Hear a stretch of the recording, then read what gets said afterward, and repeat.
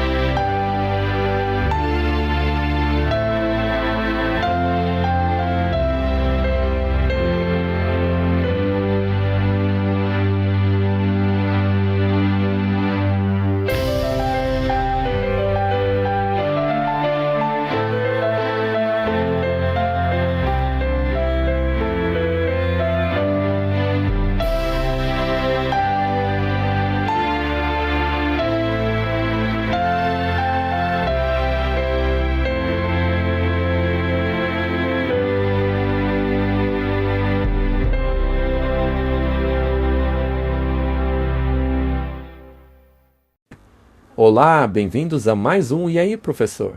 Oi, Martin. Walter. Foi muito bem sincronizado. Sim, foi bastante sincronizado. Você está bem? Olha, eu vou tentando. E você? Bem? Deus vai dando força, né? Mas o mundo está muito interessante. Mas temos que nos concentrar em como nos preparar. Sim. O tema de hoje é permanecendo firme na hora da provação. E foi iniciado por um comentário feito em nosso último programa. Realmente foi um comentário interessante. Então, vou colocar aí na tela a pergunta, ou melhor, o comentário, para podermos falar a respeito. Querido Pai, muito obrigado por nos reunir novamente. Obrigado por podemos fazer esses programas. Ilumine nossas mentes, em nome de Jesus. Amém. Amém? Então, vamos começar, não é? Sim, vamos falar sobre o assunto de hoje. Vamos então ao comentário que deu origem ao tema do programa de hoje.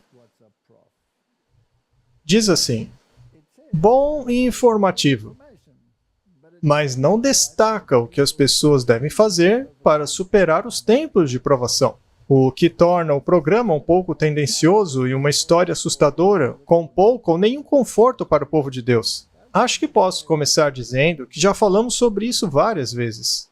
E nunca se sabe quem está entrando, quem está vendo pela primeira vez esses assuntos. Temos sempre que nos certificar de que não deixamos pessoas para trás. Vamos levá-las juntos na jornada. E vendo que isso também é algo que consideramos uma ferramenta evangelística, é necessário que conversemos sobre essas coisas para que as pessoas possam estar informadas. São perguntas legítimas. Eu também pergunto, e já perguntei no passado, se Cristo cumpriu a lei, por que as pessoas precisam guardar o sábado? Somos salvos pelas obras ou pela fé na observância do sábado? Como se isso se relaciona com Romanos 14, 5 e 6? As instruções para os primeiros cristãos em Atos 15, 28 e 29 não mencionam a observância do sábado para os crentes gentios como uma questão crítica.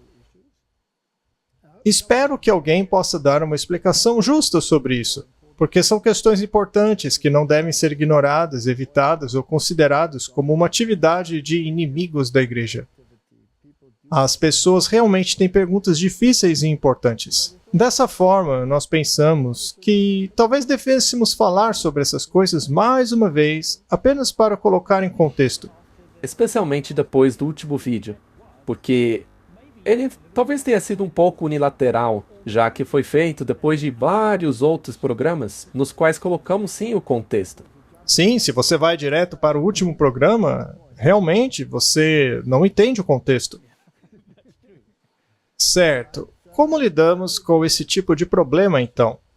Veja, o tema é tão vasto que você não pode lidar com ele em apenas um episódio. Então, apenas falaremos rapidamente e tentaremos responder a todos os elementos que temos lá. Muito bem. No tempo que estamos vivendo agora, onde a profecia está se cumprindo diante dos nossos olhos, qual é a primeira prioridade nos tempos em que vivemos? Tem a ver com o coração. Muito bem. Eu acredito que a prioridade, com certeza, é a preparação pessoal. Você não pode se comprometer com os outros com aquilo que você não internalizou em si mesmo. É como um professor que tenta ensinar matemática se ele nunca estudou matemática. Será um desastre.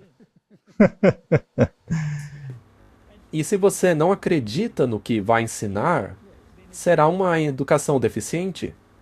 Você precisa de uma preparação pessoal. Então, eu pensei nas 10 virgens. E as 10 virgens são chamadas de virgens porque conhecem e confessaram a verdade. Certo? Elas não têm mácula. Conhecem a verdade e falam da verdade. Já as lamparinas que carregam representam a palavra de Deus, que é uma luz para o caminho delas. A sua palavra é lâmpada para o meu caminho e luz para os meus pés. Isso é bíblico. O óleo é um símbolo do Espírito Santo, que todos tiveram como seu guia e professor. Todas as 10 virgens. Algumas assimilaram a luz que receberam em seus caracteres e outras negligenciaram essa obra. Há um tempo de demora que leva à complacência. Isso é tão verdadeiro. Não é mesmo? O Espírito trabalha conforme o desejo de uma pessoa por ele. A pessoa tem que querer o Espírito. Você não pode simplesmente estudar isso como você estuda um roteiro de alguma outra coisa. Isso não é um roteiro, é uma realidade, é uma história. Então, você pode saber o que o Espírito diz, mas será que ele te transforma? O Espírito trabalha de acordo com o desejo que alguém tem por ele. E o clamor deve ser, como o Salmo 51:10. Cria em mim um coração puro, ó Deus, e renova um espírito reto dentro de mim.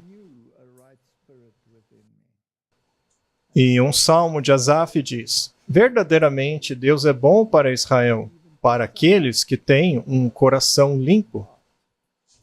Mas se Deus é bom para aqueles que têm um coração limpo, como estes conseguiram tal coração? Pela atuação de Deus. É claro, cria em mim um coração limpo. Nós mesmos não conseguimos isso. Você não pode mandar um quarto sujo limpar-se sozinho. Isso não vai acontecer, vai piorar a situação, né? Então alguém tem que limpá-lo. Você tem que pegar uma vassoura e começar a varrer. E o único que sabe o que é bom e o que é ruim é Deus. Porque o coração É a coisa mais enganosa de todas. desesperadoramente perverso. Então, seguir o seu próprio coração não é um bom princípio. Curiosamente, esse é o lema de Hollywood. E não é uma coisa boa. Mas será que as pessoas querem mesmo um coração limpo? Não. Ezequiel 33 nos diz a condição das virgens, que é o povo de Deus. E eles vêm a ti como um povo costumava vir, e se assentam diante de ti como meu povo, e ouvem as tuas palavras, mas não as põem em prática. Pois lisonjeiam com a sua boca, mas o seu coração segue a sua avareza. Isso não se aplica a nós, né, Martin? Somente aos povos de outras épocas. Isso foi inspirado, mas aquilo outro não foi inspirado. Eu vou decidir o que foi inspirado de acordo com a minha própria justiça, certo? Não é assim que alguns pensam? Sempre que lemos um texto nos advertindo a mudar, gostamos de decidir se aquilo é para nós ou não. Marty, quando você fala sobre criar um coração limpo que está voltando em harmonia com Deus, esse coração limpo deve estar associado à justiça de Cristo, não é? Então, essa é a primeira preparação. E, só por curiosidade, eu achei que poderíamos colocar isso também. Que não há ninguém justo, nenhum apenas. Porque você sabe, né? Sempre que alguém consegue algo, essa pessoa acha que é o máximo. Se você fosse pobre e de repente ficasse rico, tornando-se bilionário, isso automaticamente te faz o chefe de todos, não é? É assim que as pessoas agem. Esse é um traço muito irritante desses indivíduos, né? Então, devemos sempre considerar que não há ninguém justo, nenhuma pessoa sequer. Será que isso inclui a mim? Claro. Ora, como ousa, Martin? Desculpa aí, mas é verdade. Eu achei que incluísse você. Então, a alegação de ser sem pecado é em si mesma uma evidência que aquele que faz tal alegação está longe de ser santo. Esse já é o primeiro sinal. Tá, então esse é um ponto muito mal compreendido. Dizer que você não tem pecados te torna tudo menos santo. Isso significa que você deve continuar pecando? Não, claro que não. Eu tenho uma natureza pecaminosa, mas isso não quer dizer que eu devo me submeter a ela. As pessoas não entendem isso. Veja, é uma linha tênue. Porque você tem que lutar por isso. A gente tem que lutar contra essa natureza. Mas o problema é que quando você alcança um pouquinho disso, você começa a se orgulhar. Se torna um auto-justificado. E aí precisa de uns acordões na vida, né? É porque as pessoas não têm uma verdadeira concepção da pureza e santidade infinitas de Deus, ou do que elas devem se tornar para estar em harmonia com o seu caráter. Porque elas não têm uma verdadeira concepção da pureza e grande amabilidade de Jesus e da malignidade do mal, do pecado, que os seres humanos passam a considerar-se santos. Ou seja, se você disser que é santo, que você já chegou lá, Isso quer dizer que você perdeu o ponto. quer dizer o contrário, né? Mas Deus pode dizer isso. Ele disse, vocês são um povo santo, sacerdócio santo. Mas nós nunca devemos dizer isso. Quando uma pessoa diz isso, ela é Orgulhosa. isso mesmo. Outra coisa é, assim que você diz ou acredita, aí você não passa mais a ser humilde. Correto. Nós sempre dizemos, sejam perfeitos como vosso Pai Celestial é perfeito, mas o perfeccionismo vem do maligno. Quanto maior a distância entre eles e Cristo, mais inadequadas serão suas concepções do caráter divino e de suas exigências. Eles parecerão cada vez mais justos aos próprios olhos. Você chega ao ponto dos fariseus. Então, Martin, o mais seguro é reconhecer que você é um pecador. E que você é totalmente dependente de Cristo para não pecar. Concorda? 100%. A santificação proposta nas Escrituras engloba todo o ser. Espírito, alma e corpo. Você não pode deixar um ou outro de fora. Você não pode dizer que o eu será santo no meu espírito e continuar fornicando, por exemplo. Isso não funciona. Paulo orou pelos Tessalonicenses para que todo o seu espírito, alma e corpo sejam preservados sem culpa até a vinda do nosso Senhor Jesus Cristo. Citando 1 Tessalonicenses 5:23. Novamente, ele escreve aos crentes dizendo: Rogo-vos, pois, irmãos, pelas misericórdias de Deus, que apresenteis vossos corpos como um sacrifício vivo, santo e agradável a Deus. Então, Martin, há um trabalho a ser feito se você quer estar em harmonia com Deus. É uma transformação, ela precisa acontecer. Muito bem. Deus frequentemente dá essas instruções e a humanidade é muito boa em ignorá-las, né? E também darem boas desculpas para ignorá-las. Vejamos Sansão, por exemplo.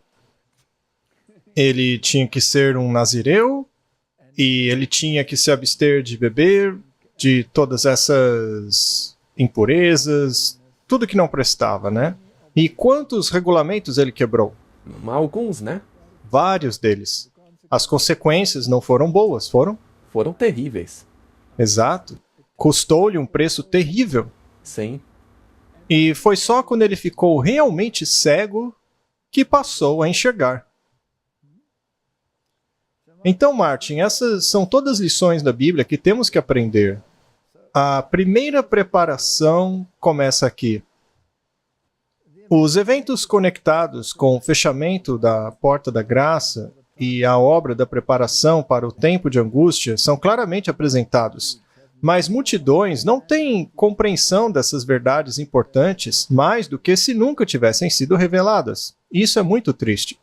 Satanás espreita para roubar-lhes cada impressão que poderia torná-los sábios para a salvação, e o tempo de angústia os pegará despreparados. À medida que nos aproximamos do final da história do mundo, as profecias relacionadas aos últimos dias especialmente exigem o nosso estudo. O último livro das Escrituras do Novo Testamento está cheio da verdade que precisamos entender. As verdades solenes que foram dadas em sua ordem no Apocalipse devem ocupar o primeiro lugar nas mentes do povo de Deus. Então, Martin, se o primeiro lugar é a preparação do coração, mas a primeira coisa também tem que ser o estudo das Escrituras, como combinar as duas coisas? Bom, quando você estuda a Bíblia, a outra parte vem automaticamente. Bom, deveria vir, né? Mas e se você estudar a Bíblia apenas para informar-se, mas não extrair dela o óleo para transformar o seu ser? Neste caso, infelizmente, você será a virgem adormecida que acorda e não tem óleo. É tarde demais. Então, é tudo ou nada. Para saber onde você está na corrente do tempo, você precisa estudar. Se você sabe onde está na linha do tempo, você deve se perguntar: será que estou pronto? Então é importante, se é que eu estou entendendo agora, que se você estudar a Bíblia, isso não será completo se você também não estudar os sinais dos tempos. É necessário estudar os dois. Você não pode fazer uma reserva. Tem que estudar. E estudar não é algo que alguém pode fazer por você. Claro que não. Então, podemos dizer, Martin, que não podemos guardar Cristo se nunca o possuímos? Sim, faz todo sentido. Essa afirmação é muito válida. Não é suficiente compreender as questões. Devemos também entrar em harmonia com a vontade de Deus. As questões irão meramente nos dizer aonde estamos no curso do tempo, mas elas não salvam. Você pode ser a pessoa mais culta na face da Terra e ainda assim está perdido. De que adianta entender um monte de coisa e mostrar isso para os outros se essa informação não transformou seu coração? Se não ocorrer uma transformação, há um grande problema. Então precisamos conhecer a mensagem. Precisamos saber o que estamos dizendo e por que estamos dizendo e qual deve ser o efeito disso em nossos próprios corações. Não é um martelo para bater nos outros, é uma espada de 2 gumes. Sim. Ela atinge o outro, mas também a você mesmo. Vamos dar uma olhada na essência da primeira mensagem angélica e a consequente vida frutífera. Porque de que adianta passar uma mensagem se ela não te transforma? Apocalipse 14:6. E vi outro anjo voar no meio do céu, tendo o evangelho eterno para pregar a todos que habitam a terra e todas as nações, tribos, línguas e povos. Obviamente, já falamos disso muitas vezes. O evangelho nunca muda. Sim, e isso porque Deus nunca muda. Mas precisa ser repetido, porque as pessoas mudam o evangelho. E elas o esquecem. E esquecem que o mudaram. Então, elas precisam ser lembradas do que é o evangelho. Dizendo com voz alta: temei a Deus e dá-lhe glória, porque a hora do seu juízo chegou. E adore aquele que fez o céu, a terra, o mar, as fontes das águas. Bem, há certas palavras-chave aqui. Temei a Deus. Juízo. Juízo sempre tem um padrão de julgamento. Todo julgamento tem que ter uma norma. Todo julgamento tem uma norma. Do contrário, não é um julgamento. Se não sabe o que é certo e errado para julgar alguém, como vai julgar, não é? Então, o julgamento implica num padrão de julgamento, numa norma, num critério. E temer a Deus significa estar em harmonia com este critério de julgamento. Simples assim. Então, se queremos descobrir o que isso realmente significa, você tem que procurar textos paralelos, como aqui em Eclesiastes 12:13. Eis o resumo de tudo. Temei a Deus e guardai os seus mandamentos. Então veja que todo aquele que se submete a Deus tem que guardar os mandamentos dele. Será que dá para ser mais claro que isso? Não, não dá. Não há confusão sobre isso. E o que eu gosto a respeito disso também é o que está lá em Apocalipse. Ele te leva de volta ao Antigo Testamento e até mesmo para Gênesis. Porque aquele Deus que você tem que temer é aquele que fez o céu e a terra lá no Gênesis. Não é difícil de entender, né? Temer a Deus e estar em harmonia com o juízo de Deus. Ora, se você quer saber o que é temer a Deus, é guardar os mandamentos dele. E não é temer no sentido de ficar apavorado, mas sim respeitar a autoridade de Deus. E é por isso que se guarda a lei dele. Não é ter medo de Deus, é ser reverente, respeitá-lo, ser obediente a quase todos os mandamentos dele. Do que você está rindo, Martin? Ora, é todos os mandamentos. Ah, muito bem. Todos os mandamentos de Deus, não apenas alguns. Algumas pessoas, infelizmente, não querem guardar todos os mandamentos de Deus. Mas lembrem-se que tudo, corpo, mente e espírito, devem ser limpos, purificados. E é difícil, isso é muito difícil. Mas essa é a essência da mensagem. E essa mensagem vem depois do começo do tempo do fim, certo? Ok. Será que você pode dizer rapidamente quando que... O tempo do fim, segundo a Bíblia, começa no final dos 1260 dias. Esse é o tempo de perseguição papal, que terminou em 1798. Depois, houve um estudo profundo das Escrituras. E a partir desse estudo profundo das Escrituras, eles descobriram a mensagem do santuário, a mensagem do Daniel, a profecia dos 2300 dias. E depois disso, que terminou em 1844, depois de estudar tudo isso, vem a mensagem: temos que olhar novamente para o Evangelho, porque salvação significa salvação do pecado, e não salvação no pecado. O que é pecado? Pecado é transgressão, transgressão da lei. E qual é a norma de julgamento? É a lei do Senhor. E o que é o temor do Senhor? É fazer o que ele diz. Simples assim. A conclusão de todo o assunto. Então, não é difícil. É uma mensagem bem direta. Pessoal, vocês criaram seu próprio evangelho. Joguem-no no lixo e olhem para o verdadeiro evangelho. Deus é um Deus de bom senso. Sim, isso é bom senso. É uma mensagem simples. E todos disseram: "Yay, vamos fazer isso." Sim, mas eles não fizeram. As pessoas não fazem. Elas não fazem. Muito bem. A questão que tínhamos no início é: por que devemos guardar o sábado? Ou seja, a lei. Isso não é trabalho, não é religião baseada em obras. Vamos estudar para ter certeza. Mateus 5. Não pensem que vim para destruir a lei ou os profetas. Eu não vim para destruir, mas para cumprir. Mas as pessoas dizem, bom, se Jesus cumpriu, por que eu tenho que cumprir?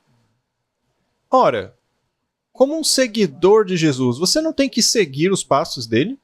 Então, se ele cumpriu a lei, se ele manteve a essência dela, se viveu como um exemplo da lei, você não deve seguir o exemplo dele? Faz sentido eu querer fazer diferente? Claro que não. Se uma pessoa para de fornicar, então eu posso continuar, porque ela parou. Isso nem faz sentido.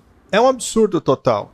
Este cumprimento não é a destruição da lei, mas é justamente para demonstrar como viver a lei. Exatamente. Muito bem. Não pensem que vim para destruir a lei, porque eu lhes digo, em verdade, até que o céu e a terra passem, nem um jota ou um tio passarão da lei, até que tudo se cumpra. A lei permanece imóvel, Martin. A lei permanece imóvel. Qualquer um que violar um destes mandamentos, por menor que seja, e assim ensinar aos homens, será chamado o menor no reino dos céus. Algumas pessoas leem isso dizendo, então tudo bem, eu vou ser o porteiro do céu, não me importo com isso. Mas se você ler um pouco mais adiante, diz que de maneira alguma entrarão no reino dos céus, ou seja, você estará fora. É um jeito suave de dizer que você não estará lá, né? Exato. Aquele, porém, que os cumprir e ensinar, será chamado grande no reino dos céus. Temos então duas classes aqui. Uma classe diz que vocês não precisam guardar os mandamentos. Você pode quebrar o menor deles. Você pode quebrá-los, tudo bem.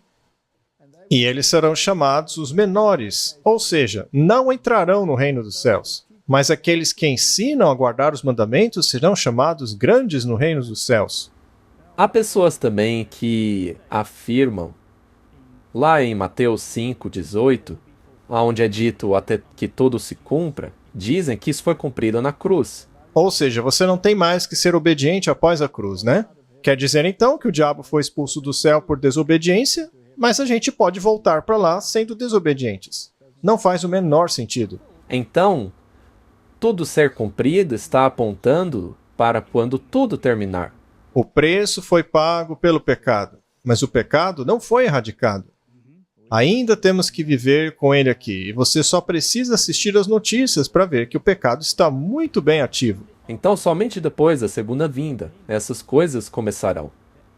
E não é que a lei vai acabar depois. Não, do contrário, haveria caos novamente. A lei será guardada para sempre. É uma lei imutável. É por isso que Provérbios 28, verso 4 diz: aqueles que abandonam a lei louvam os perversos, mas os que obedecem à lei lutam contra eles.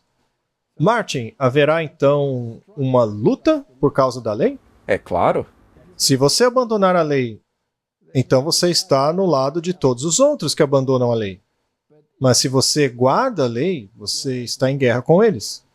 Você está em guerra. A lei é o problema. Eles odeiam a lei. Portanto, a pergunta que foi feita no comentário, se a lei e o sábado ainda valem, acho que ela foi adequadamente respondida aqui. Mas ainda assim, vamos cavar um pouco mais fundo, para ter certeza.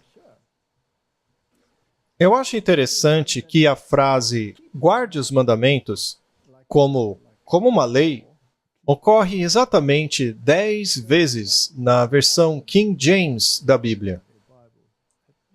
Há muitas afirmações sobre guardar os mandamentos dele, amar os mandamentos do Senhor, isso e aquilo, mas a frase guarde os mandamentos ocorre 10 vezes. Isso é interessante? Não é mesmo? Então eu pensei, vamos lê-las. Excelente. Todas as 10. E ver o que descobrimos. Não acrescentareis nada à palavra que vos mando, nem diminuireis dela. Não é isso que Jesus repetiu naquela frase? Nem o J um tio. Eu não vim abolir a lei. nenhum traço será tirado ou acrescentado. O que Jesus disse é uma repetição disso. Para que guardeis os mandamentos do Senhor vosso Deus, que eu vos mando. Mas isso é o Antigo Testamento, não é? Deuteronômio 6:17. Guarde diligentemente os mandamentos do Senhor seu Deus, e os seus testemunhos e seus estatutos, que ele vos ordenou. Então, os mandamentos são uma categoria à parte. E aí tem as outras coisas, como as leis alimentares, de higiene, etc. 7:11. Portanto, guardem os mandamentos, os estatutos, os juízos, que eu vos ordeno hoje. Pratiquem-os. 8:6. Portanto, guardem os mandamentos do Senhor seu Deus, para que andem em seus caminhos e o temam. Não é interessante? Ele volta mais uma vez para onde você começou. Temer a Deus é guardar os mandamentos. Temer a Deus significa guardar os mandamentos dele. E isso está no livro de Apocalipse, Novo Testamento. Guardar os mandamentos do Senhor e seus estatutos que vos ordeno hoje. É interessante que muitos deles estão em Deuteronômio, certo? O Senhor te confirmará para si como povo santo, como te tem jurado, se guardares os mandamentos do Senhor teu Deus e andares nos teus caminhos. Lembra-se daquele episódio que falamos sobre a mudança sísmica, que você mencionou que o Senhor sempre traz a história diante deles para lembrá-los? Sim. Para lembrá-los de guardar os mandamentos. A pior coisa que aconteceu foi quando o diabo convenceu a humanidade a pegar um par de tesouras e separar o Antigo Testamento do Novo Testamento. O Antigo Testamento é o Evangelho em tipo, já o Novo é o Evangelho em verdade. Um se apoia no outro. Um é cumprimento do outro. Um não é a negação do outro. Salmo 119, versículo 115. Afastai-vos de mim, vós que praticais o mal, porque eu guardarei os mandamentos de Deus. Naturalmente, há aqueles que guardam e aqueles que não guardam. E aqueles que não guardam os mandamentos são chamados do quê? De malfeitores. Eles não querem que você guarde. Por isso Deus disse, afastem-se de mim. Existe conflito entre nós e eles. É por isso que eles ficam com raiva quando vêm aqueles querendo guardar os mandamentos. Mas, Martin, vamos pular para o Novo Testamento. E ele lhe disse, por que me chamas bom? Não há ninguém bom, a não ser Deus. Mas se quiseres entrar na vida, guarda os mandamentos. Essa é uma afirmação muito interessante. Esse indivíduo chamou Jesus de bom. Ele disse, bom Senhor. E Jesus disse, por que você me chama de bom? Isso implica, então, que Jesus não era bom? Não. Não. Ele queria ensinar uma coisa. Jesus disse, então, não há ninguém bom a não ser Deus. Ou seja, Jesus estava dizendo, você está reconhecendo que eu sou Deus? É isso que ele quis dizer. Ele está perguntando isso para ele e também reconhecendo que ele é. Já que todos sabemos que essa é uma pergunta retórica. É a afirmação, eu sou. Então, o próprio Jesus disse, se queres entrar na vida, guarde os mandamentos. E em Apocalipse 12:13 diz, e o dragão se irou contra a mulher e saiu para fazer guerra contra o remanescente de sua semente, aqueles que guardam os mandamentos de Deus e têm o testemunho de Jesus. Ou seja, eles têm o pacote completo. Aqui está a paciência dos santos, aqueles que guardam os mandamentos de Deus e têm a fé de Jesus. Martin, será então que a lei foi embora? De maneira alguma, ela permanece. Só um mandamento? Não apenas um mandamento. Todos os mandamentos permanecem. A lei revela o caráter de Deus. Então ela permanece. Será que isso inclui o sábado? Ora, é claro. Digamos então, por que Deus diria verdadeiramente guardareis meus sábados, se ele não queria dizer isso de fato? Essa é uma pergunta que eu gostaria que fosse respondida por aqueles que dizem que não temos que guardá-lo mais. Fale aos filhos de Israel, dizendo, verdadeiramente guardareis os meus sábados, pois é um sinal entre mim e vocês, através das suas gerações, para que saibam que eu sou o Senhor que te santifica. Cria em mim um coração limpo, não é isso que dissemos no início? Se você tem o desejo de ter um coração limpo, quer dizer que o Senhor o santificou. E qual é o sinal que identifica os santificados? Aqueles que guardam os mandamentos, incluindo sábado. Não é isso que diz o versículo? É isso que diz. 100%. É a lógica. Muito bem. Muito bem, são sábados. Mas será que o sábado dos 10 mandamentos era um sábado cerimonial? Não, porque estava escrito nos 10 mandamentos. Os outros sábados no livro da lei de Moisés. E o sábado dos 10 mandamentos foi instituído antes do pecado. Já as leis cerimoniais apenas depois. Correto? O sábado dos 10 mandamentos foi estabelecido antes do pecado, no início da criação. Em 6 dias o Senhor criou a terra e no 7º dia descansou. Então, o sábado e o casamento foram estabelecidos no Éden e os dois foram abençoados. O sábado dos 10 mandamentos nunca foi cerimonial. Já os outros sábados apontavam para o ministério de Cristo, que foi cumprido. Então a questão é, Jesus o guardou? Ele o teria restaurado a sua posição de direito? É por isso que ele disse vir para cumprir a lei, para colocá-la em seu lugar certo. É interessante que os judeus mantiveram o dia correto. Sim, Ainda assim, pisaram nos preceitos. Eles tornaram o sábado tão restritivo que virou um fardo ao invés de um prazer. Mas Isaías diz que devemos chamar o sábado de deleitoso, o honrado dia do Senhor. Então, isso não funcionou. O diabo tentou uma nova tática. Ele mudou o dia, chamando-o de dia da ressurreição. Mas já existe um memorial para a ressurreição. É o batismo. morrer com Cristo e ressuscitar com Ele. Muito bem. Mas Jesus o guardou? Sim. Ele o restaurou à sua posição de direito? Sim. Jesus limpou o sábado de todas aquelas bobagens que tinham inventado ao redor dele. É por isso que Jesus fez muitas curas e milagres no sábado. E os discípulos continuaram a fazer isso? Sim, A igreja primitiva continuou? sim, O sábado foi uma questão durante a Reforma Protestante? sim, Não foi um problema lá no Concílio de Trento? sim, Alguns dos reformadores mantiveram o sábado? sim. Vamos dar uma olhada nisso. Mas e aqueles que dizem que Jesus e os discípulos guardavam o sábado porque eram judeus? Porque ele era um judeu. Sim, ele guardou o sábado porque era judeu. Mas o Novo Testamento também chama os cristãos de judeus. Muito bem, vamos explorar ainda mais o assunto. É absolutamente claro que a igreja primitiva guardava o sábado.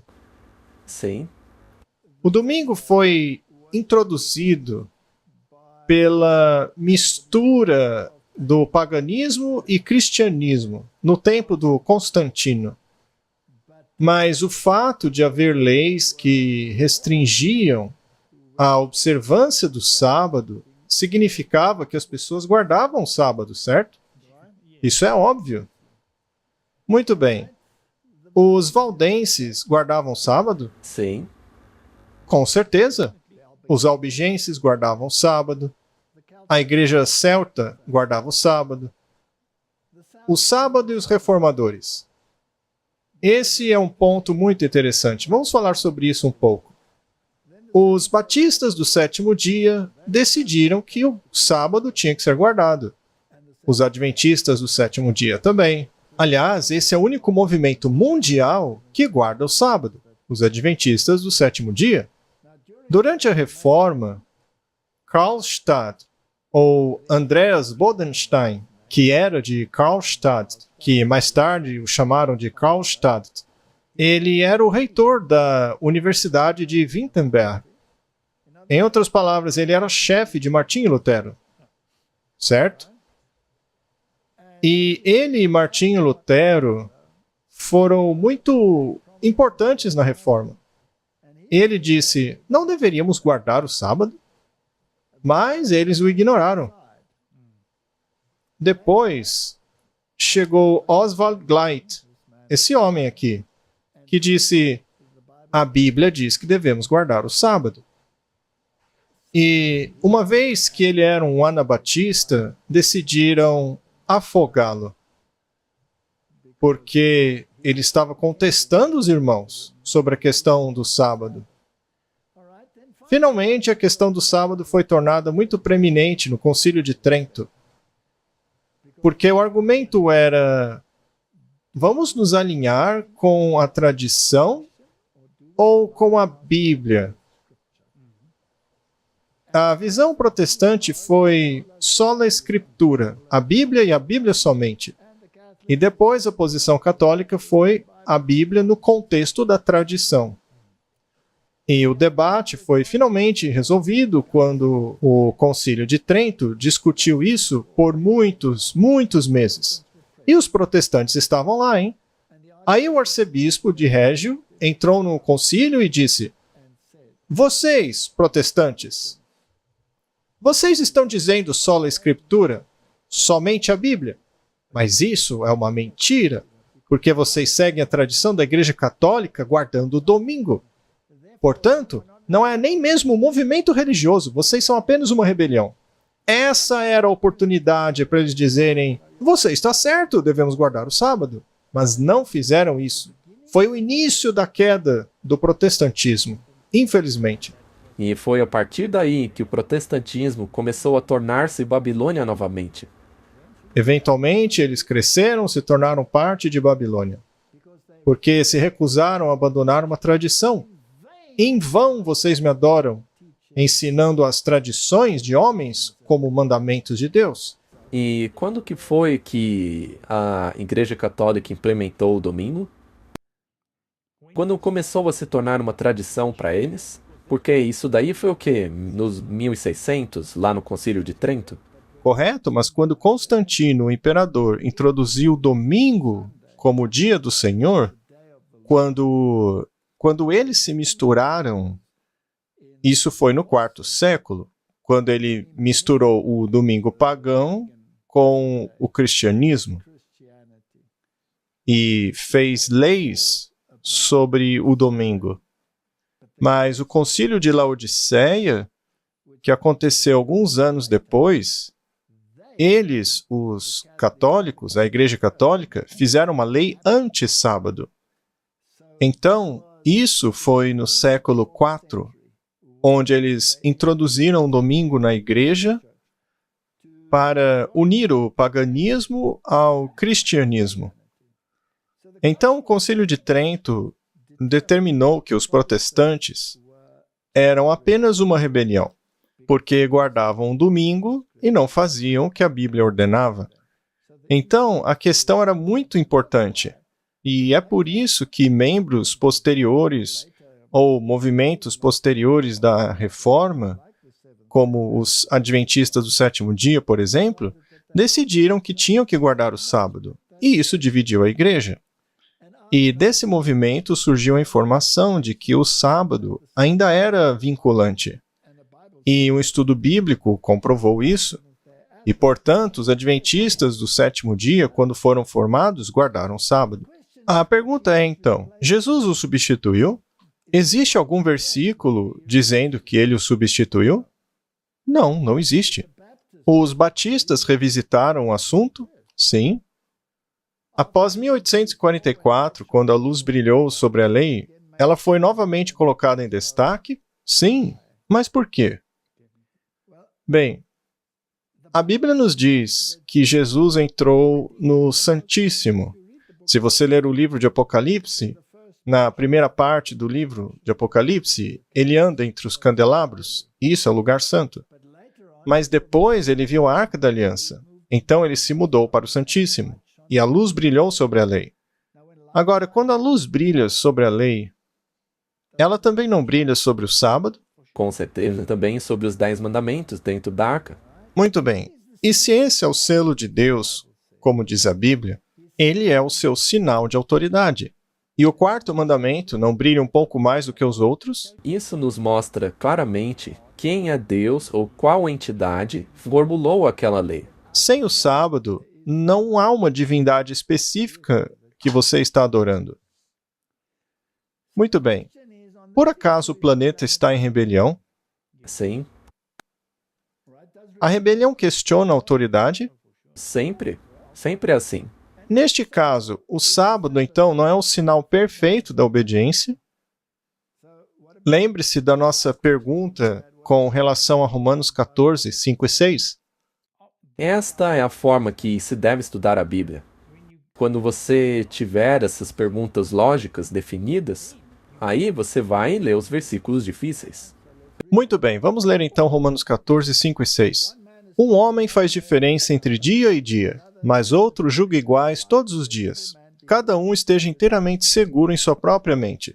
Aquele que faz caso do dia, para o Senhor o faz.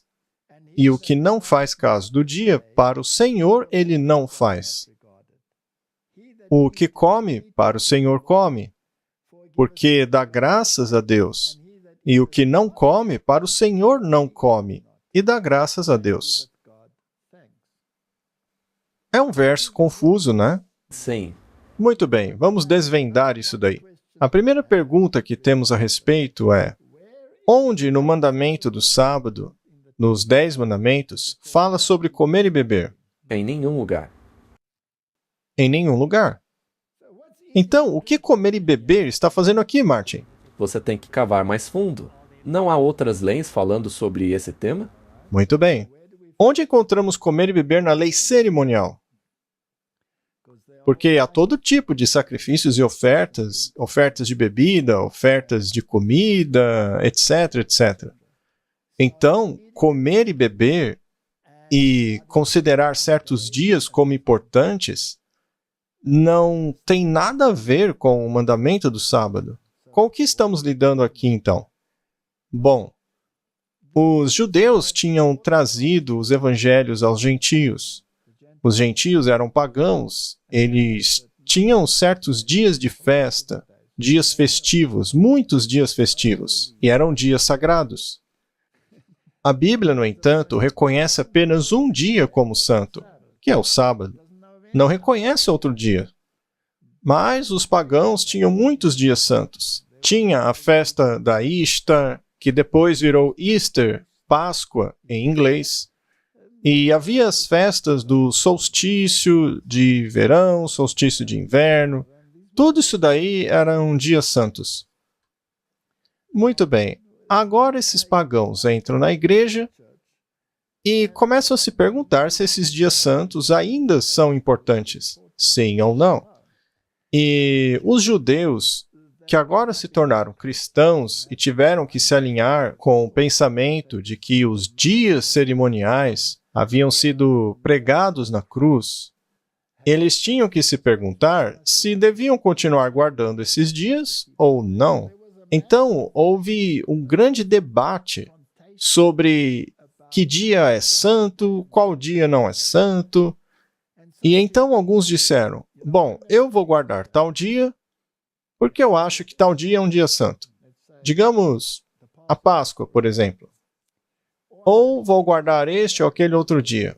Bom, se você faz isso porque está convencido que o Senhor exige isso, então que assim seja. Mas se você não acha, está tudo bem também. É exatamente o que ele disse no texto. É isso mesmo. Então ele não está falando sobre o sábado, está falando sobre os dias santos.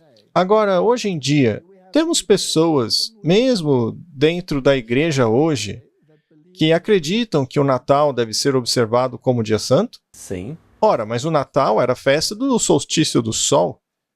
Afinal, Jesus nasceu mesmo em 25 de dezembro ou essa era a data do aniversário de Zeus? aham.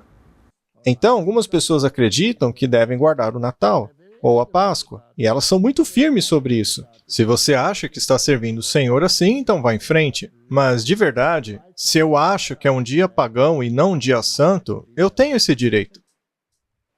Essa é a questão do verso. Não faça disso uma questão de salvação. Não faça disso uma questão de salvação, não tem nada a ver. Então, ficar discutindo isso daí todo Natal, toda Páscoa, é uma coisa fútil. Porque essa discussão nunca vai acabar. É verdade. Sempre vai ter alguém debatendo. Mas e o sábado? Ah, isso daí não. É uma questão clara. A Bíblia deixa muito claro: verdadeiramente guardarão meu sábado. Isso sim é uma questão de salvação. Eu também acho, porque isto sinaliza se você se submete à autoridade de Deus ou não. Só para deixar um pouco mais claro, antes que comecem a jogar pedra na gente, o sábado torna-se uma questão de salvação quando você entende a questão.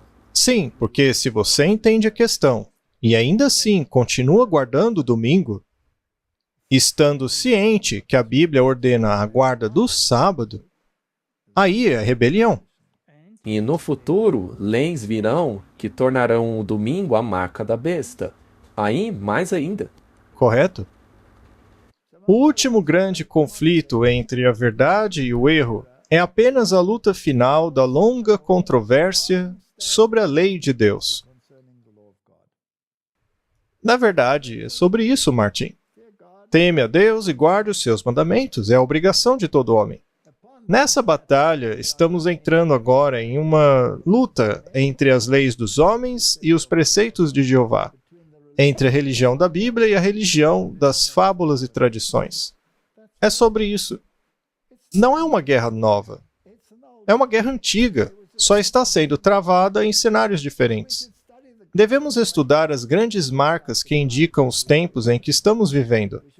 Devemos agora orar fervorosamente para estarmos preparados para as lutas da preparação do grande dia do Senhor. Aqueles que se colocam debaixo do controle de Deus para serem conduzidos por Ele estarão a par dos eventos ordenados por Ele que acontecessem. Inspirados com o espírito daquele que deu sua vida pelo mundo, eles não ficarão mais paralisados e impotentes, apontando para o que não podem fazer. Vestindo a armadura de Deus, irão para a guerra, dispostos a fazer e ousar por Deus, sabendo que sua onipotência suprirá as suas necessidades. Então esse é o nosso dever, nesse tempo em que vivemos: compreender o problema, depois pregar sobre ele, mesmo que os céus caiam. Essa é a nossa obrigação. Agora, a questão era: há esperança para nós? Faça o que é certo e deixe as consequências com Deus. Durante a dispensação cristã, o grande inimigo da felicidade do homem fez o sábado do quarto mandamento um objeto de ataque especial. Se você guardar o sábado, estará assim entrando em conflito com todo mundo que não guarda o sábado. Sim, é isso mesmo. Alguns argumentos são que eu posso guardar qualquer dia. Mas aquela mesma pessoa que diz isso tem problema se você guardar o sábado no sábado. E se você passar todo o seu tempo com eles 6 dias por semana, mas se recusar a fazê-lo no sábado, eles te veem como inimigo. Quantos casamentos não são destruídos por tais argumentos? Satanás diz: eu trabalharei em oposição a Deus, darei poder aos meus seguidores para colocarem de lado o memorial de Deus, o sábado do 7º dia. Assim mostrarei ao mundo que o dia santificado e abençoado por Deus foi mudado. Mas por qual autoridade? Sabe, mesmo todas as denominações protestantes admitem que não há autoridade na Bíblia para a mudança. Assim mostrarei ao mundo que o dia santificado e abençoado foi mudado. Aquele dia não viverá na mente das pessoas. Eu o obliterarei da memória deles. Colocarei em seu lugar um dia que não carrega as credenciais de Deus. Um dia que não pode ser um sinal entre Deus e seu povo. Conduzirei aqueles que aceitarem esse dia, o domingo, a colocarem sobre ele a santidade que Deus colocou sobre o 7º dia. Isso é um ataque direto à autoridade de Deus.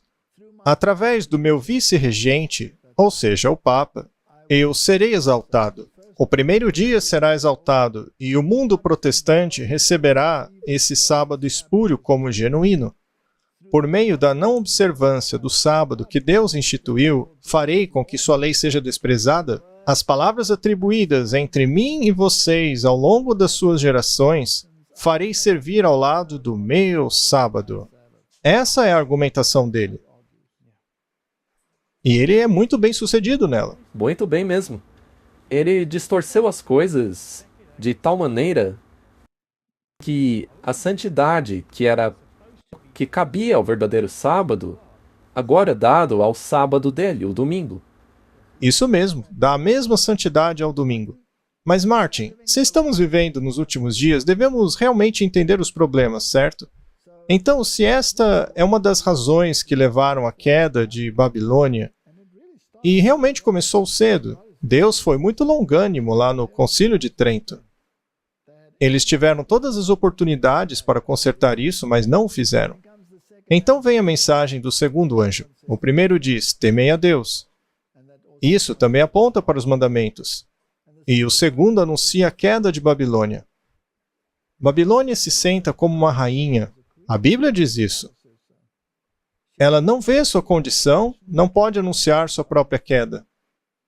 Porque ela não acredita que caiu. Exatamente, a crença ainda está de pé.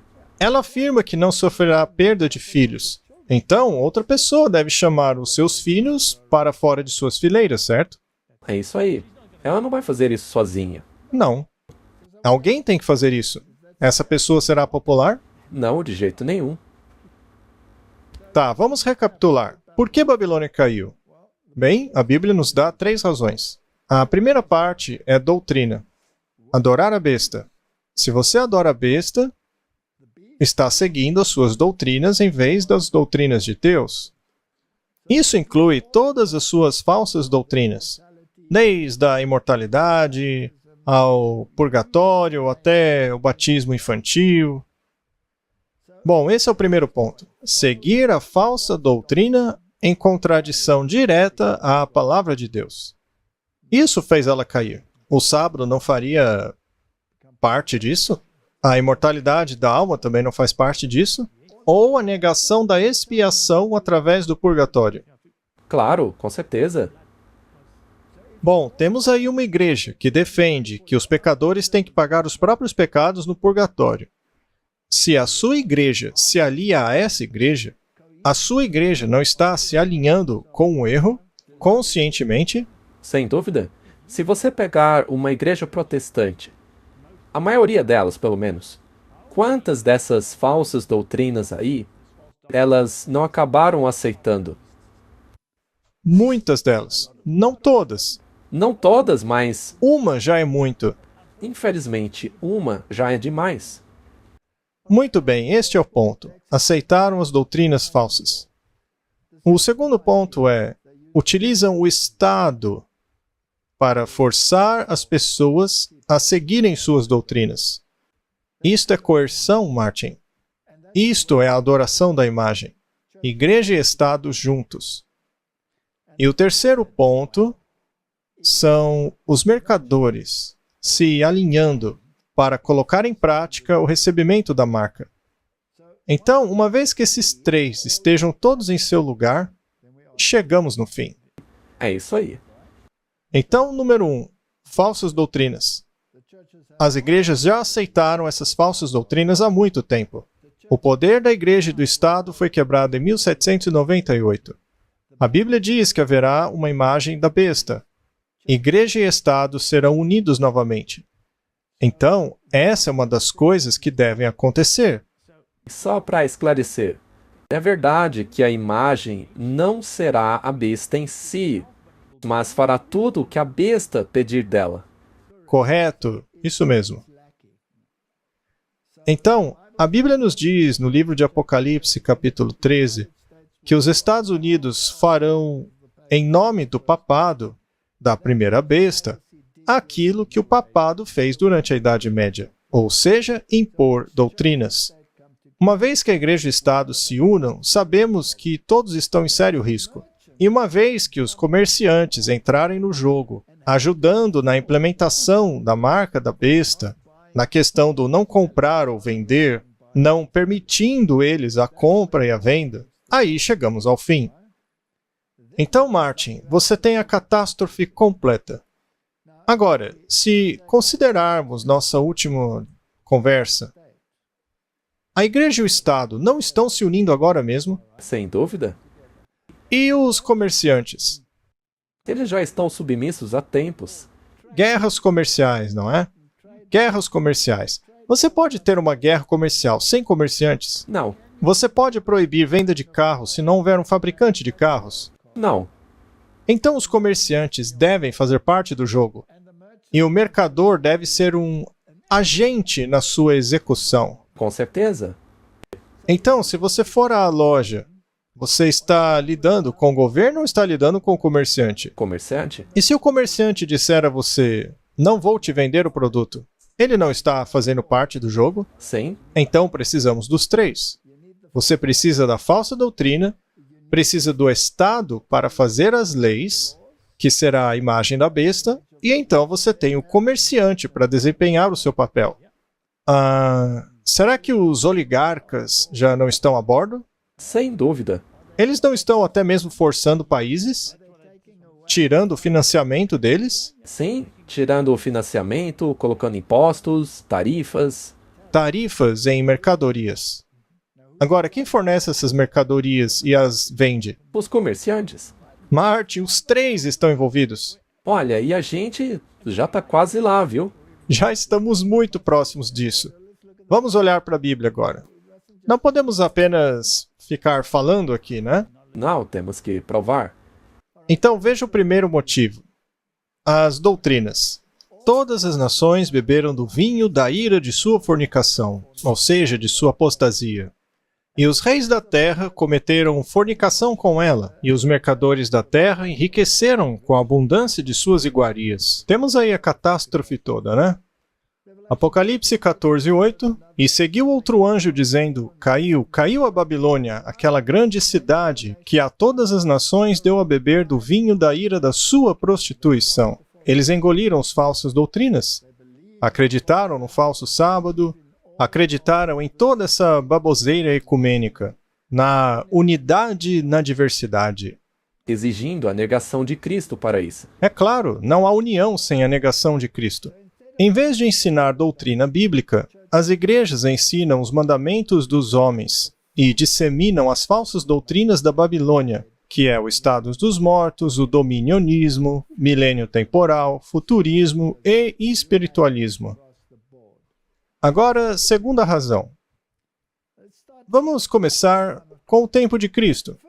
Na primeira vinda de Cristo, os reis do mundo estavam contra ele. E assim será na segunda vinda. Com certeza. A história se repete. Não há nada novo debaixo do sol. Nosso Salvador nunca pediu que os poderes mundanos defendessem sua verdade ou doutrina. As portas do inferno não prevaleceriam contra eles. Quem vai defendê-los? Deus os defenderá. É ele quem está lutando. Não havia coerção necessária ou força. As ovelhas ouviriam sua voz e seguiriam. Elas não deveriam ser pastoreadas ou encurraladas. Ao se identificarem com o Estado, as igrejas perderam o poder do reino de Deus. Elas não dependem mais do reino de Deus, agora dependem do Estado. Assim, elas estão passando qual recado? Não precisamos mais de Deus, precisamos do Estado. E essa é uma afirmação muito assustadora. Porque devemos ter cuidado para não nos rendermos na intenção de nos identificar com o Estado, ao invés de identificar-nos com Deus. E se o Estado fizer leis que vão te dar muitos benefícios? Você só tem que apoiar essas leis. Bem, aí você se torna parte de um sistema coercitivo, o que é muito perigoso porque Deus nunca usou esse tipo de poder. Na verdade, ele proíbe a coerção. Os reis da terra se levantaram e os governantes se reuniram contra o Senhor e contra Cristo. Martin, nós temos dito aqui há muito tempo que isso vai acontecer de novo. Salmos 2, verso 2. Os reis da terra se levantam e os príncipes conspiram conjuntamente contra o Senhor e contra o seu ungido. mesma coisa. Nada mudou. Então, na segunda vinda, os governantes farão a mesma coisa, só que sob a direção demoníaca. E como sabemos disso? Apocalipse 16:14. Pois são espíritos de demônios, performando milagres, que vão aos reis da terra e a todo mundo para reuni-los para a batalha do grande dia do Deus Todo-Poderoso. Vão lutar contra Deus. Apocalipse 17:2. Com quem os reis da terra se prostituíram, e os moradores da terra se embriagaram com o vinho da sua prostituição. É a mesma coisa, Martin. E a mulher que viste a grande cidade, que reina sobre os reis da terra, a igreja não está no controle? Sim, nos bastidores. Sim, ela está lá nos bastidores, governando tudo, com seus cavaleiros de Malta, seus jesuítas, seus cardeais, e todo um sistema, tudo emparelhado com o Estado. Apocalipse 18:3. Pois todas as nações beberam do vinho da ira da sua prostituição, ou seja, o mundo todo crê nas suas falsas doutrinas. Os reis da terra e os comerciantes fornicam com a prostituta.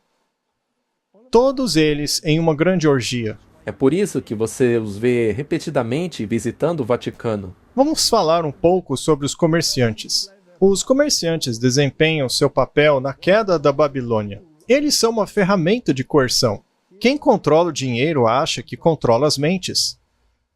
Governos e comerciantes devem estar em harmonia corrupta se quiserem forçar a consciência. Não é isso mesmo? Claro que é. Martin, tudo sobre o que falamos está acontecendo nesse governo do Trump. Está tudo acontecendo. Tudo está acontecendo. Isso acabou de vir à minha mente. No momento, há duas pessoas governando os Estados Unidos. O presidente E o empresário. e os dois estão unicarne. Exatamente. Ezequiel 27, verso 33. Quando as tuas mercadorias saíam dos mares, tu encheste a muitos povos, tu enriqueceste os reis da terra com a multidão das tuas riquezas e das tuas mercadorias. O que está acontecendo em Gaza é muito interessante. Vai ser a nova Riviera, é o que dizem, né?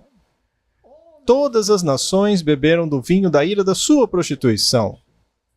E os mercadores se tornaram ricos através da abundância das suas iguarias. Esses três atores atuarão juntos na última cena. É uma aliança profana? A aliança profana. Martin, nosso dever nos últimos dias é nos aproximarmos de Deus. Obedecer às instruções de Deus. Sair das cidades. Não viva sob a influência das cidades. Busque alguma terra para poder cultivar seu próprio alimento, porque o tempo de comprar e vender vai se tornar uma realidade em breve. É bom você ter uma cenoura no seu jardim, uma abóbora. Você pode querer uma batata no seu jardim, qualquer coisa que possa matar a sua fome. Sim, alimentos básicos. Então, vamos passar por um tempo de grande angústia. Salmo 27, verso 5. Pois no tempo da tribulação ele me esconderá em seu pavilhão. No segredo do seu tabernáculo ele me esconderá. Me colocará sobre uma rocha. Esse é Jesus. Sim. Será então, Martin, que eu devo entrar em pânico? Não. Na verdade, quem é que precisa entrar em pânico? Aqueles que estão contra o Senhor. O inimigo. Salmo 37, verso 39. Mas a salvação dos justos vem do Senhor. Ele é a sua força no tempo da angústia. O Senhor é bom, uma fortaleza no dia da angústia, e Ele conhece os que confiam nele. Então, a primeira coisa é, como já dissemos antes, os que estão encrencados no tempo de angústia não são o povo de Deus. É o outro lado. Mas vai parecer que é o povo de Deus, já que a lei dos homens estará contra eles. Os comerciantes estarão contra o povo de Deus. O Estado estará, a igreja estará. Todos desprezarão o povo de Deus. Mas, de verdade, quem está em apuro são eles. A graça ainda não acabou. As pragas não estão caindo. Mas a turbulência nas cidades e desastres naturais estão se multiplicando. Ou seja, Martin, haverá incêndios, tornados, inundações, terremotos. O Espiritismo está se manifestando com sinais e maravilhas e contradizendo a palavra de Deus. Assista o último programa do Robert e do Marlowe sobre a imortalidade da alma e veja se isso não é uma realidade. Haverá pressão econômica contra aqueles que recusam a marca da besta. Tarifa de 25%. Não, 50%. E se continuar com sua teimosia, 100%. Você tem direito a 25% do seu dinheiro. Ou melhor, nada. Não tem direito a nada. Isso se tornará realidade em breve. Estamos quase nisso aí. Saia da cidade enquanto Deus abre o caminho. Cultive seus próprios vegetais. Porque comprar e vender se tornará virtualmente impossível. Pregue a mensagem. É isso que devemos fazer agora. O tempo está acabando, temos que fazer isso agora. Agora. Sim, não podemos ficar adiando isso. Parar de ficar adiando. Quais sinais as pessoas ainda estão esperando? O mundo nunca esteve desse jeito. Se não for feito agora, quando ficar realmente difícil, Aí será um problemão. É a glória do Senhor ser misericordioso, cheio de longanimidade, bondade, gentileza e verdade. Mas a justiça demonstrada ao punir o pecador é tão verdadeira glória do Senhor como a manifestação da sua misericórdia. O acerto de contas está chegando. E que privilégio maravilhoso estarmos do lado que não sofrerá a ira do Senhor. isso é extremamente importante. Quem executará o juízo? Deus executará. Não serão as pessoas. Não haverá um reavivamento de pessoas fazendo isso. Haverá um reavivamento da piedade primitiva. Mas Deus executará as lutas por nós. O tempo de angústia como nunca houve, de Daniel 12:1, logo se iniciará sobre nós. E precisaremos de uma experiência que não possuímos agora e que muitos são muito indolentes para obter. Muitas vezes, o problema é maior na antecipação do que na realidade. Mas isso não é verdade para a crise diante de nós. A apresentação mais vívida não pode atingir a magnitude da provação. Naquele tempo de provação, cada alma deve estar individualmente diante de Deus. Ainda que Noé, Daniel e Jó estivessem na terra, tão certo como eu vivo, diz o Senhor Deus, eles não livrarão nem filho nem filha. Eles apenas livrarão suas próprias almas pela justiça. É Deus quem determina quem são os justos. Preparação para o que está por vir.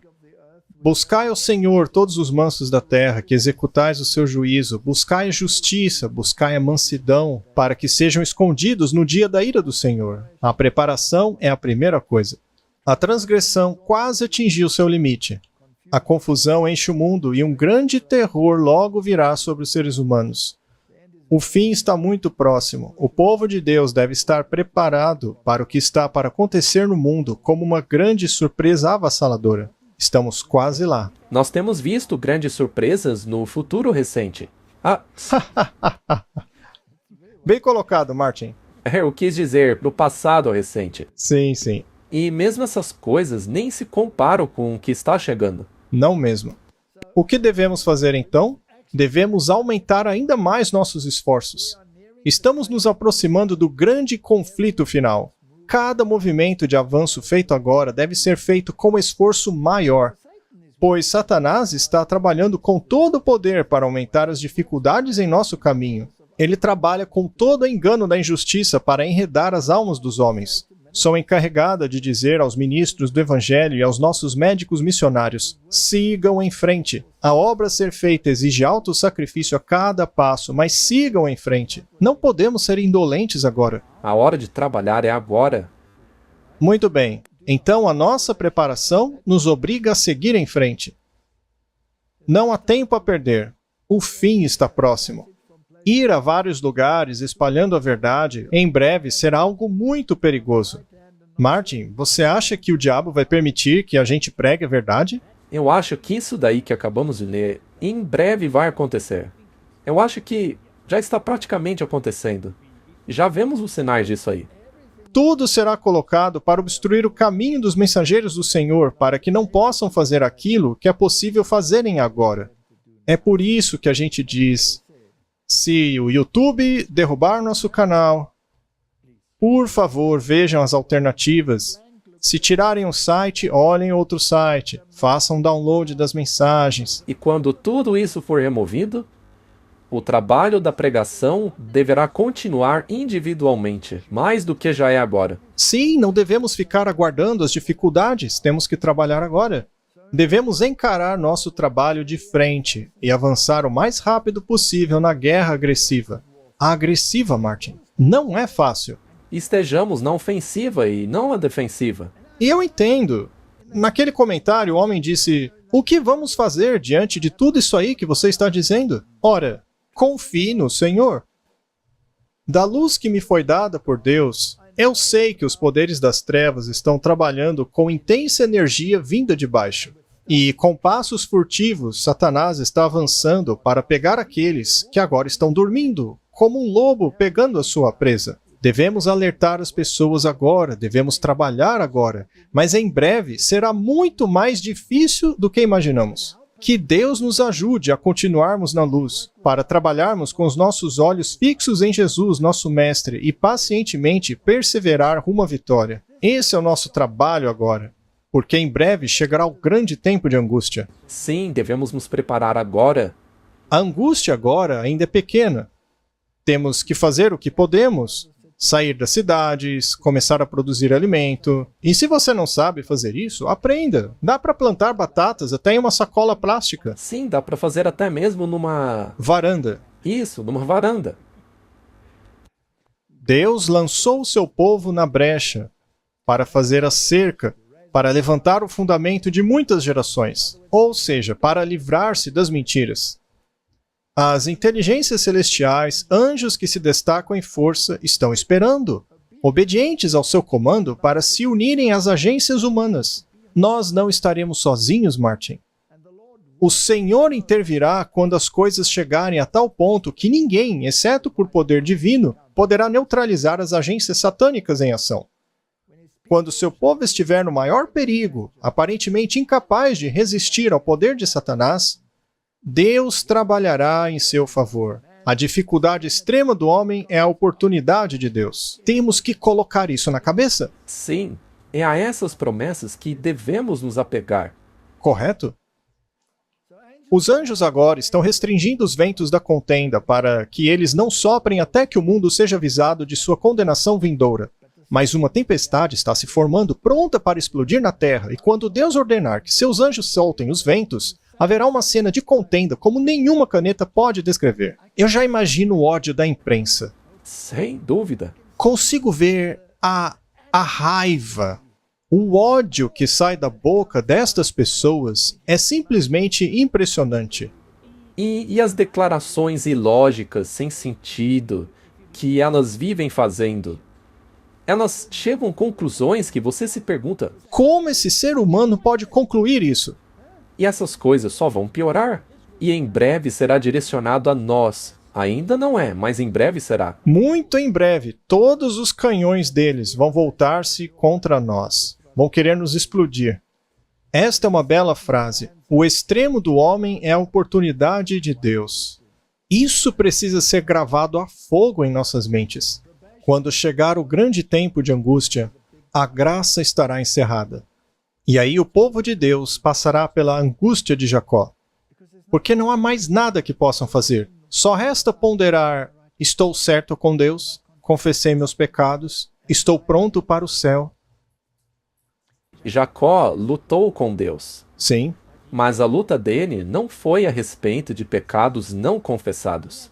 A luta dele foi se Deus havia perdoado os pecados confessados. Será que ele os perdoou? Será que fui perdoado? Tive um verdadeiro arrependimento. Jacó não se exaltou por achar-se perfeito. De jeito nenhum. Jacó não deu ordens a Deus. Ele agarrou-se desesperado em Deus até que prevaleceu. O arrependimento ocorre no pequeno tempo de angústia. Sim, e não no grande tempo de angústia. Aí será tarde demais. O povo de Deus está selado. O povo de Deus está selado. Diga-nos o que isso significa. Significa que eles estão firmes na verdade e não sairão dela. Ela está aqui dentro.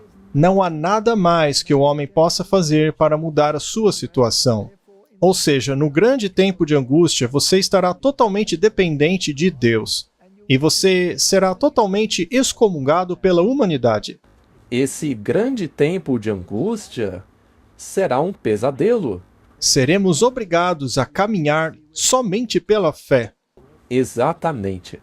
Pela fé. Muito bem. Tudo o que poderemos fazer é confiar nas promessas de Deus.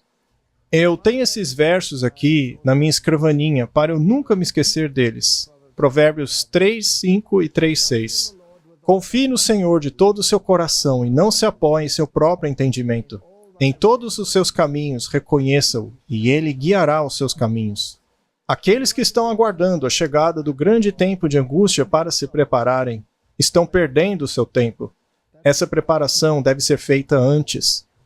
Muitos chegarão nesse tempo terrível sem óleo. Infelizmente. Não terão Espírito Santo. E o que diz aquele verso? Hoje, quando ouvir a sua voz. Não endureça o coração. Então, Martin, vamos terminar com o que acontece no fim. Uma voz sacode os céus e a terra. Isso será na vinda de Cristo. Há um terremoto poderoso como nunca houve desde que os homens existem sobre a terra. Tão grande e poderoso foi o terremoto. Isso aqui veio de Apocalipse. O firmamento parece abrir e fechar. A glória do trono de Deus parece brilhar.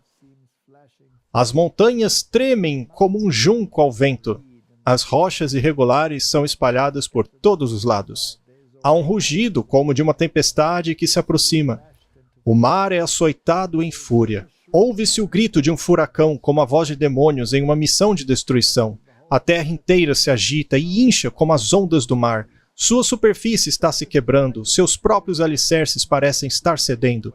Cadeias de montanhas estão afundando, ilhas habitadas desaparecem, portos marítimos que se tornaram como Sodoma por maldade são engolidos pelas águas furiosas. Estas citações são de Jeremias e também outros profetas bíblicos. Babilônia, a grande, chegou à lembrança de Deus para dar-lhe o cálice do vinho da sua ira. Grandes pedras de granizo, cada uma do peso de um talento, estão fazendo sua obra de destruição. As cidades mais orgulhosas da terra são arrasadas. Os palácios dos senhores, nos quais os grandes homens do mundo esbanjaram sua riqueza e se glorificaram, estão desmoronando diante dos seus olhos. Os muros da prisão estão sendo rasgados e o povo de Deus, que foi mantido em cativeiro por sua fé, está livre. Podemos até ser presos, Martin. Podemos ser condenados à morte, mas Deus cuidará. Não será mais o nosso problema. Esse é o último slide. Quando o trabalho de investigação for concluído, quando os casos daqueles que em todas as eras professaram ser seguidores de Cristo forem examinados e decididos, então, e não antes disso, a provação se encerrará, e a porta da misericórdia será fechada. Assim, na única frase curta, os que estavam prontos entraram com ele para o casamento e a porta foi fechada, seremos levados através do ministério final do Salvador para o tempo em que a grande obra para a salvação do homem será concluída. Este é um resumo do que acontecerá. Claro, há muitas outras coisas que poderíamos colocar aqui, como por exemplo esse livro aqui, A Crise à Frente. É uma compilação de Robert Olson. E ao ler esse pequeno livro, você poderia tirar centenas de declarações sobre a crise final. E há muito encorajamento, assim como advertências nessas citações. Nós colocamos apenas um pouco aqui. Mas essa é a questão. A questão será a obediência aos mandamentos. Palavra de Deus ou a tradição? Essa é a questão. Eu também quero encorajar os espectadores. A meditação Maranata que estamos transmitindo todos os dias como um devocional. Este livro é repleto de orientações sobre como nos preparar. Perfeito. Então, o que estamos tentando fazer é passar a mensagem, avisar as pessoas, mostrar o problema, como nos prepararmos, seja por meio de devocionais diários, seja por pregadores que regularmente pregam suas mensagens. Estamos tentando fazer o nosso melhor, mas se as pessoas por aí não se tornarem colaboradoras nossa nesta missão, poderemos descobrir que não alcançamos tantos quanto poderíamos. E isso seria uma catástrofe. Então, por favor, una-se a nós nesse esforço. Tornem-se missionários individuais. Se você não tem as ferramentas, use as que já estão fornecidas. Não apenas do nosso ministério, mas de outros também. Disseminem a verdade como folhas de outono. Nós não temos tempo a perder. Vamos orar. Pai Celestial, que tempo para se estar vivo!